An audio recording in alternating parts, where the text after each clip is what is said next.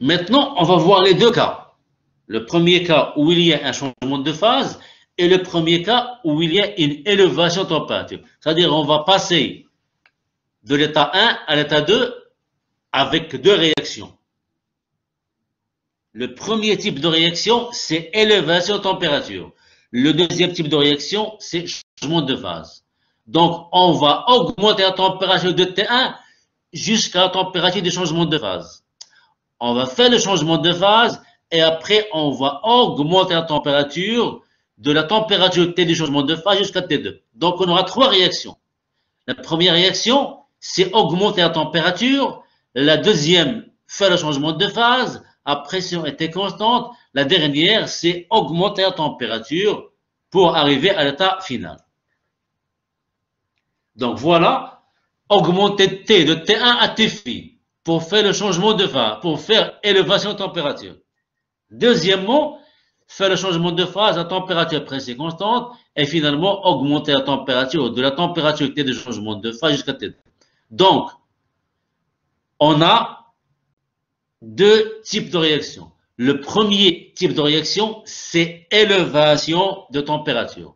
Le deuxième type de réaction, c'est un changement de phase. Donc, pour aller de T1 à T2 avec un changement de phase, d'abord augmenter T1 à T', puis faire le changement de phase à T', bien sûr, et puis, bien sûr, finalement, qu'est-ce que nous avons? Augmenter la température T de, bien sûr, T' à T2.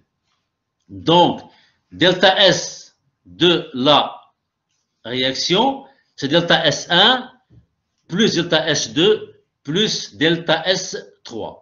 Delta S1 et delta S3 se calculent de la même manière.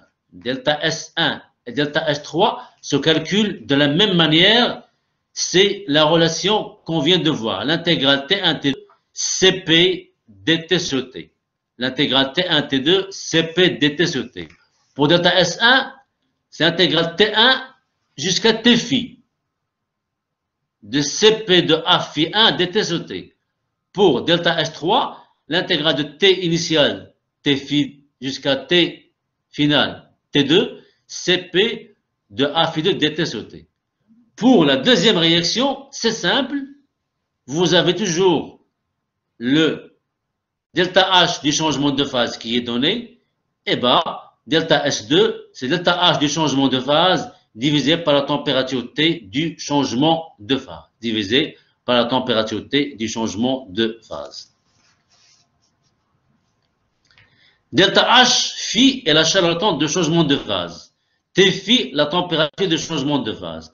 Donc, delta S total, c'est la somme des trois delta S. Le premier dû à l'élévation de température, le deuxième au changement de phase et le dernier à l'élévation de température. Donc, j'augmente la température de T1 à T phi.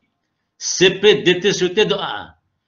Plus le changement de phase, delta H divisé par la température T de changement de phase. Et enfin, l'intégrale de T phi jusqu'à Cp de A'2 dt sur T.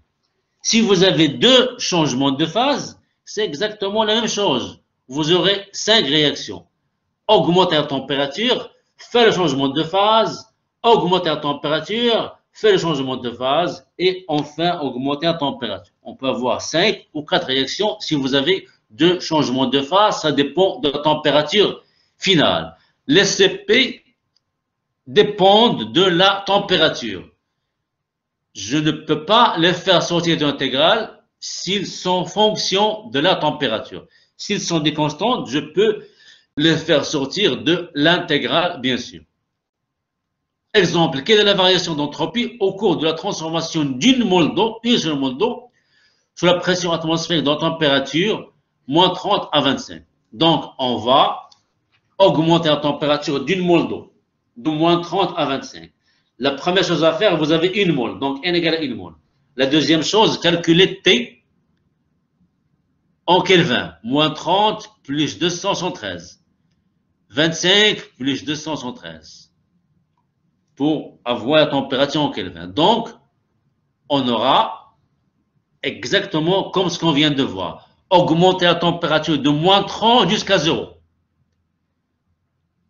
le changement de phase se fait à 0 degré C.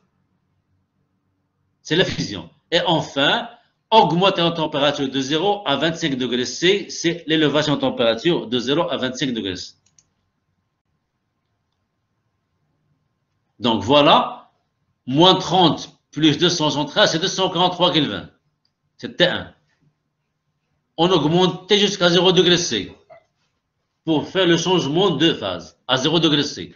Le changement de phase se fait toujours à pression était constante. Et finalement, j'augmente la température de 0 degré C, c'est-à-dire de 273 Kelvin jusqu'à 25 degrés C, 298 Kelvin. Donc, on a la relation de tout à l'heure. Delta H total, l'intégrale de T1 jusqu'à T phi des changements de phase de Cp du solide. Le solide, c'est quoi? C'est la glace. Donc, Cp glace dt sur T. Plus delta H de la fusion divisé par la température de la fusion. Plus enfin, l'intégrale de T phi jusqu'à T2 de Cp du liquide dt sur T. De Cp du liquide dt sur T. Donc, la première relation, c'est élévation de température. La deuxième, c'est le changement de phase. La dernière, c'est élévation de température. Donc, on part de T1 à T phi, et puis à T phi changement de phase, et puis de T phi à T2, le Cp du liquide. Donc, delta H fusion, c'est la chaleur latente molaire de la fusion de l'eau solide glace, et la température de fusion, c'est 273.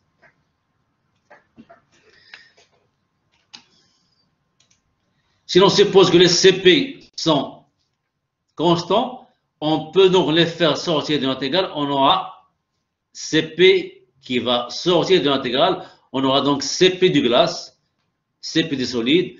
Pour du liquide, on aura Cp du liquide. Et qu'est-ce qu'il nous reste? L'intégrale de dt sur T. L'intégrale de dt sur T, c'est f' sur f. f' sur f, c'est la dérivée de l'ognépérien de f. Donc la primitive, c'est l'ognépérien de T. Donc l'ognépérien de T phi moins l'ognépérien de T1 va nous donner l'ognépérien de T phi sur T1. Et pour l'autre, l'ognépérien de T2 sur T phi. Donc on aura delta S total, c'est Cp du solide qui est la glace, fois l'ognépérien de 273 sur 243, plus delta H de la fusion sur 273, plus Cp du liquide, l'ognépérien de 298, divisé par, bien sûr, 273, qui est la température T finale. Nous avons une seule mole, donc N est égal à une seule mole. Maintenant, on va essayer de voir l'entropie absolue, le troisième principe. Cela signifie qu'il existe à 0 Kelvin un ordre parfait. L'entropie augmente si le désordre augmente. Je vais essayer de vous expliquer ça. L'expérience a montré qu'il existe une température au-dessous de laquelle on ne peut pas descendre. C'est-à-dire, il existe une température qui est la plus basse et on n'a pu enregistrer aucune température plus basse à cette valeur jusqu'à aujourd'hui. L'entropie des corps purs sous forme de cristaux parfaits est nulle à la température du zéro absolu. Le zéro absolu, c'est la température au-dessous de laquelle il n'y a plus et il n'y a aucune valeur jusqu'à aujourd'hui. Cette température-là, qui est le zéro absolu, on l'appelle aussi 0 Kelvin, c'est-à-dire on lui donne la valeur de 0 Kelvin. Cela signifie qu'il existe à 0 Kelvin un ordre parfait. Donc, à 0 Kelvin, c'est-à-dire à moins 273,15 degrés C, il existe un ordre parfait. L'ordre augmente, l'entropie augmente si le désordre augmente. Donc, le troisième principe, au principe de Nernst, permet de déterminer l'entropie absolue des substances. Il nous permet de trouver l'entropie absolue des substances.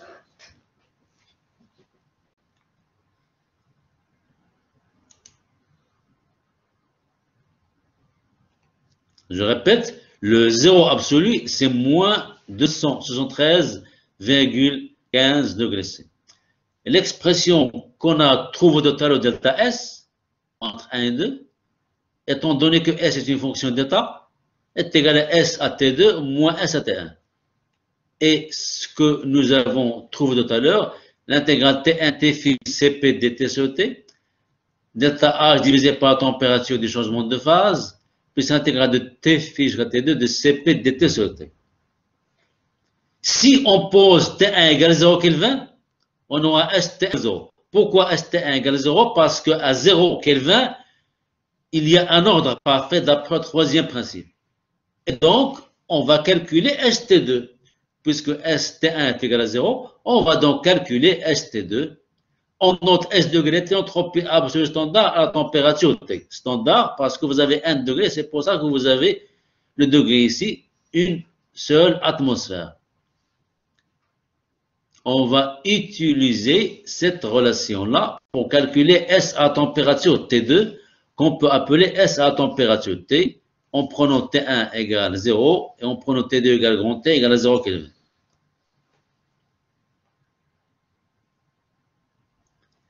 Variation d'entropie lors d'une réaction chimique. Lorsque vous avez une réaction chimique, comme le cas de la variation d'enthalpie, on va s'intéresser à calculer la variation d'entropie de réaction chimique. Eh bien, la variation d'entropie de réaction chimique, elle se calcule de la même manière que la variation d'enthalpie.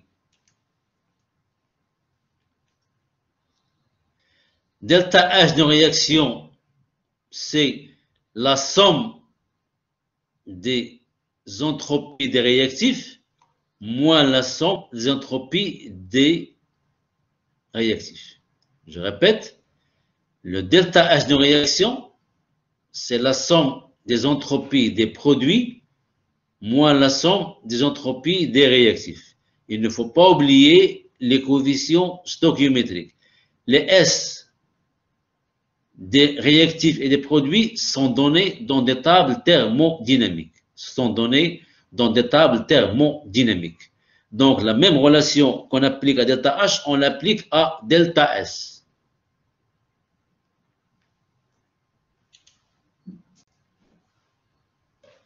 Donc, c'est la somme des entropies des produits moins la somme des entropies des réactions. Dans les conditions standards à 298 Kelvin, l'entropie standard de la réaction est notée par delta H degré T, delta H degré 298 Kelvin, parce que nous avons la réaction qui se fait à 25 degrés. C'est toujours la somme des entropies des produits moins la somme des entropies des réactifs.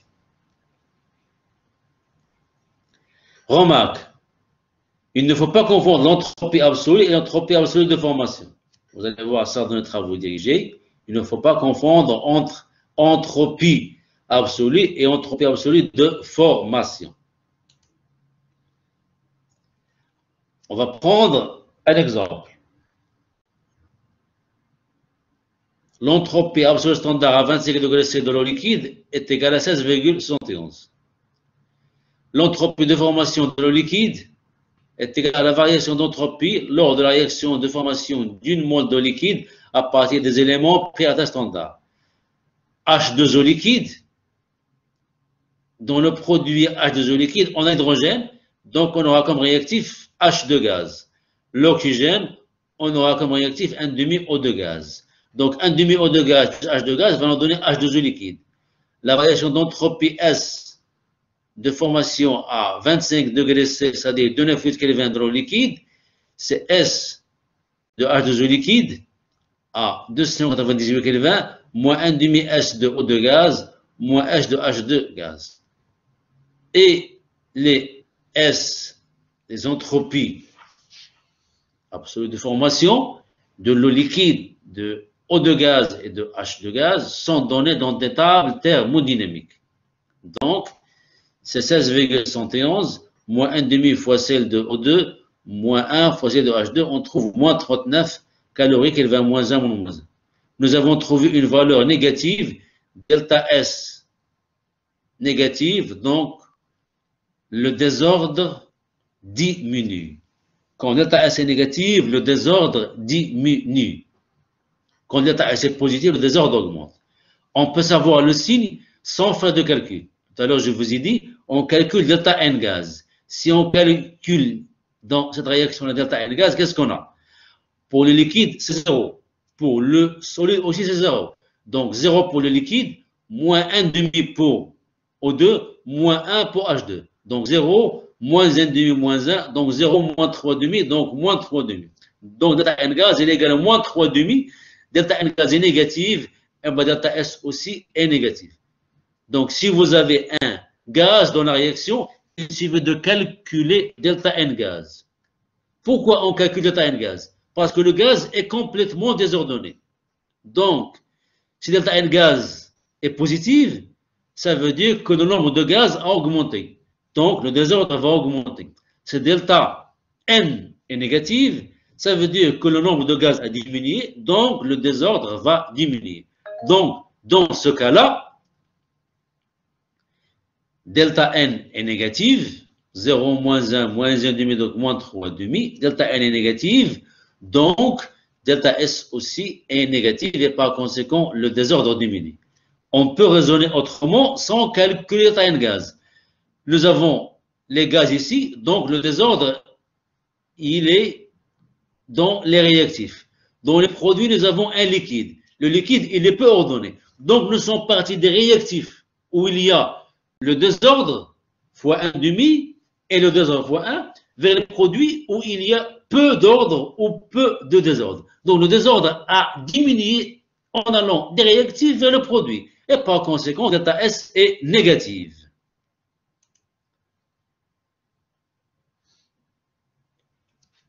Un deuxième exemple. Dans cet exemple-là, delta N gaz, il est égal à 0. 1 moins 1 demi, moins 1 demi est égal à 0. Quand delta N gaz égale 0, cela veut dire que delta S va rester environ égal à 0, va rester constante et ne va pas changer. Pourquoi? Parce qu'à gauche, nous avons un demi-gaz et un demi-gaz. Donc, à gauche, nous avons un seul gaz, du point de vue nombre de moles. Nous avons une mole de gaz à gauche et une mole de gaz à droite. Donc, à droite ou à gauche, nous avons le même nombre de moles de gaz. Donc, à gauche, le désordre est multiplié par 1 parce que nous avons un demi d'un gaz et un demi d'un gaz. Donc, nous avons un demi plus un demi, ça fait une mole de gaz. Et nous avons une mole de gaz dans le produit, donc le désordre va rester le même, ou l'ordre va rester le même. En calculant, on trouve 2,4 supérieur à 0, donc environ constante, environ égale à 0. Donc, l'ordre n'a pas changé et le désordre aussi n'a pas changé parce que tout simplement, delta N gaz, il est égal à 0. Lorsqu'on calcule delta N gaz, attention, on ne prend pas en considération les liquides et les solides, uniquement les gaz. Uniquement les gaz. La variation d'entropie accompagne cette réaction est peu élevée car la réaction a lieu en phase gazeuse sans variation du nombre de moles de gaz. C'est ce que je viens de vous dire. Il n'y a pas de variation du nombre de moles de gaz. C'est pour ça qu'il est presque constant ou environ égal à 0. Environ égal à 0. Un deuxième exemple. On part d'un solide et on obtient un solide et un gaz sans calculer delta N gaz. Le réactif, il est solide, il est ordonné. Le produit, nous avons un solide et un gaz. Donc, à gauche, nous avons l'ordre. À droite, nous avons l'ordre et le désordre. Donc, nous sommes partis de l'ordre vers, finalement, les produits, l'ordre et le désordre. Donc, le désordre a augmenté en allant des réactifs vers le produit. Donc, l'état S va augmenter. Donc, il est positif. On peut confirmer ça autrement, en calculant delta N gaz. Delta N gaz est égal à 1.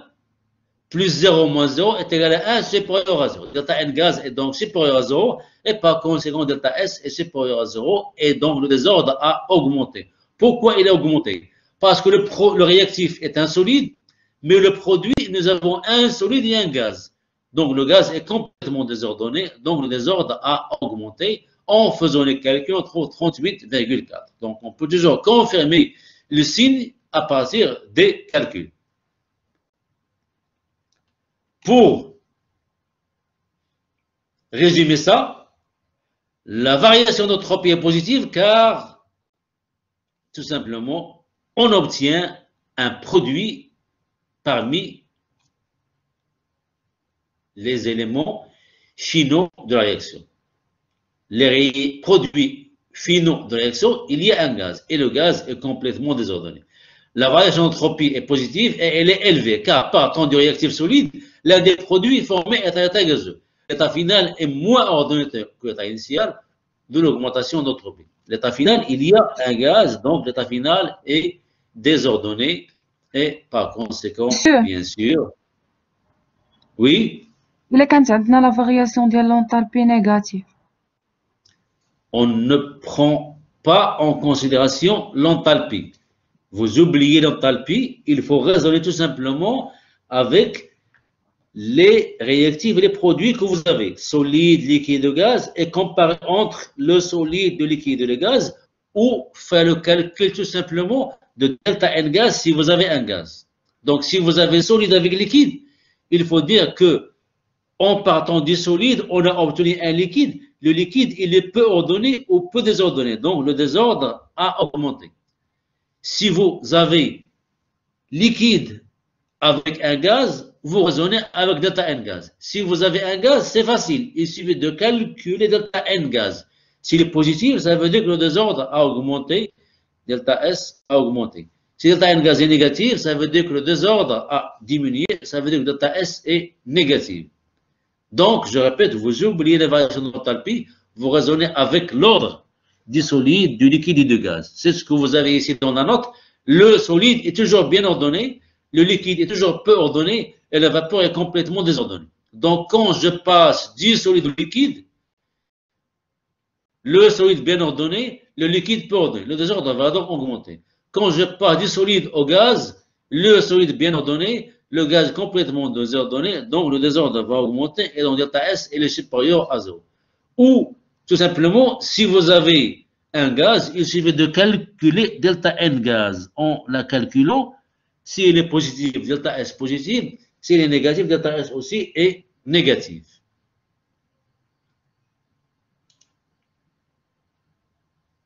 Donc, pour résumer encore, S, l'entropie, égale à Q sur T. Q, c'est la chaleur, T, c'est la température. S a pour unité joule Kelvin moins 1 ou joule moins 1 Kelvin moins 1. Q engendre le désordre, c'est-à-dire c'est elle qui provoque le désordre. Qui est dû à quoi? À l'agitation thermique, qui est due à la température. Donc, quand on chauffe, il y a agitation thermique, donc on va avoir le désordre. Delta S exprime le désordre d'une réaction. Delta S augmente, ça veut dire que le désordre sont plus ordonnés que les produits. Delta S négative, le désordre diminue, les produits sont plus ordonnés que les réactifs. Le solide est plus ordonné que le liquide, qui est plus ordonné que le gaz. On prend l'exemple de la fusion, du solide au liquide, delta S diminue, augmente. Pourquoi? Parce que du solide au liquide, le désordre va augmenter. Encore du liquide vers le gaz, le désordre va augmenter, delta S est donc supérieur à 0.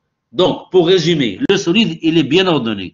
Le liquide, il est peu ordonné ou peu désordonné, et le gaz est complètement désordonné. Si vous avez dans la réaction un gaz, il suffit de calculer delta N gaz. S'il est positif, delta S aussi est positif. S'il est négatif, delta S aussi est négatif. Si vous n'avez pas de gaz, il suffit de comparer entre le solide et le liquide, ou le liquide et le solide.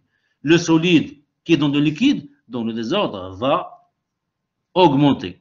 Parce que le solide, il est ordonné et le liquide, il est peu ordonné.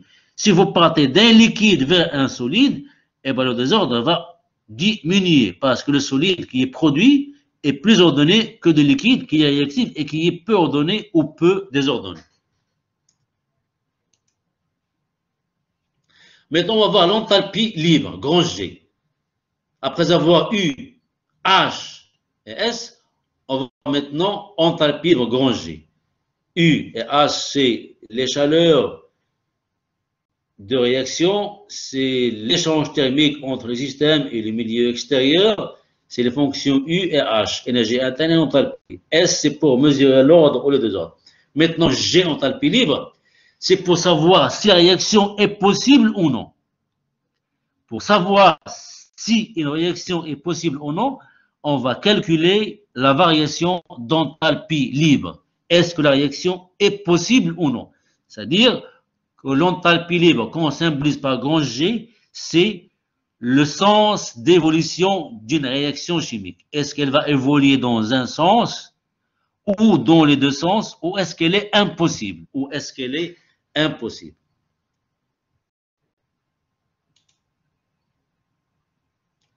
H égale à U plus PV.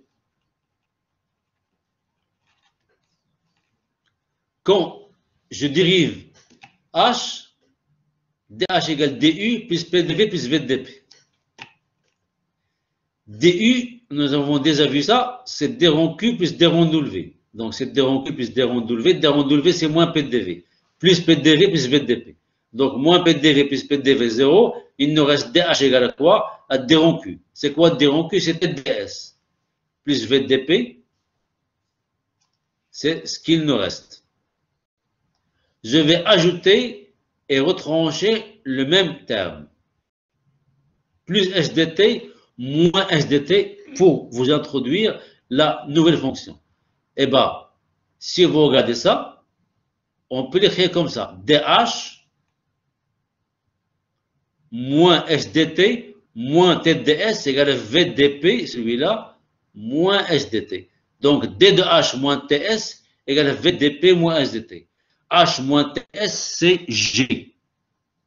C'est enthalpie libre qui fait introduire l'enthalpie, la température et l'entropie. Et dans l'enthalpie, bien sûr, vous avez l'énergie interne. Donc, DG, c'est quoi? C'est VDP moins SDT. Donc, G, la fonction enthalpie libre, qu'on appelle aussi fonction de Gibbs, c'est le chercheur qui a trouvé, c'est un Hollandais. C'est pour ça qu'on met grand G, la première à l'aide de son nom, c'est VDP moins SDT. Donc, G est une fonction d'état qui dépend de la pression et de la température, qui dépend de la pression et de la température.